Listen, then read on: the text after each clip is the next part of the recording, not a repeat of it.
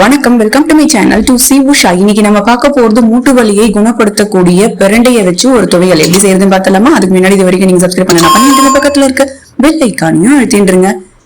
First பிரண்டை இந்த size எடுத்துட்டுலாம் 2 தடவை நல்லா வாஷ் பண்ணிடுவோம்.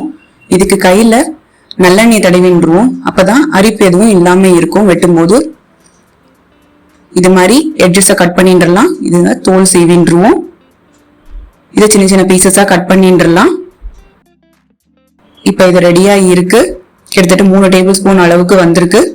அடுப்புல கடாய் வச்சுட்டு 1 டேபிள் ஸ்பூன் அளவுக்கு நல்லெண்ணெயை விட்டுப்போம். 3 டேபிள் ஸ்பூன் அளவுக்கு உளுத்தம்பருப்பு சேர்த்துக்கலாம். 1 ஸ்பூன் வெள்ளை எள்ளு, 8 காஞ்ச மிளகா, நெல்லிக்காய் சைஸ் புளி சேர்த்துட்டு லோ ஃபிளேம்ல வறுத்துப்போம்.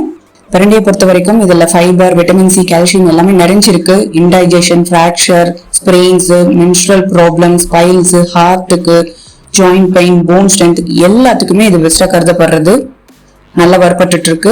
இப்போ 5 பல்லு பூண்டு சேர்த்துப்போம். 1 வெங்காயம் சேர்த்துட்டு வதக்கின்றலாம். வெங்காயம் கொஞ்சம் வதங்கினதுக்கு அப்புறம் தக்காளி 1, பிரண்டையும் சேர்த்துன்றலாம். கொஞ்சோண்டு கருவேப்பிலை, கொஞ்சோண்டு கொத்தமல்லி தழைகளையும் சேர்த்துருவோம். எல்லாத்தையும் நல்லா வதக்கின்றுவோம். 1 நிமிஷத்துல நல்லா வதங்கிட்டு இருக்கு. இது போதும். அடுப்பு ஆஃப் பண்ணிடலாம். இது ஆறுனதுக்கு அப்புறம் மிக்சி ஜார்ல சேர்த்துருவோம். 3/4 ஸ்பூன் அளவுக்கு உப்பு சேர்த்துட்டு நைஸா அரைச்சி எடுத்துன்னு வந்துருவோம். அரைச்சின்னு வந்தது இப்படி இருக்கும். இதை ஒரு கிண்ணத்துல டிரான்ஸ்பர் பண்ணிடுவோம். இதுக்கு தாளிச்சுலாம் 1 டேபிள் ஸ்பூன் அளவுக்கு நல்லெண்ணெயை விட்டுப்போம். 1/2 ஸ்பூன் உளுத்தம்பருப்பு, 1/2 ஸ்பூன் கடுகு, 1/4 ஸ்பூனுக்கு பெருங்காய பொடி, கொஞ்சோண்டு கருவேப்பிலையை சேர்த்துட்டு அடுப்பு ஆஃப் பண்ணிட்டு தாளிச்சது துவையல்ல சேர்த்துலாம் கலந்து விட்டுலாம். சூப்பரா ரெடி ஆயிடுத்து. இது சுட சுட சாதத்துல பிசைஞ்சு சாப்பிட முடியும். இட்லி தோசைக்கு கூட சூப்பரான காம்பினேஷனா இருக்கும். வாரம் ஒரு முறை இது சாப்பிட்டு வாங்க.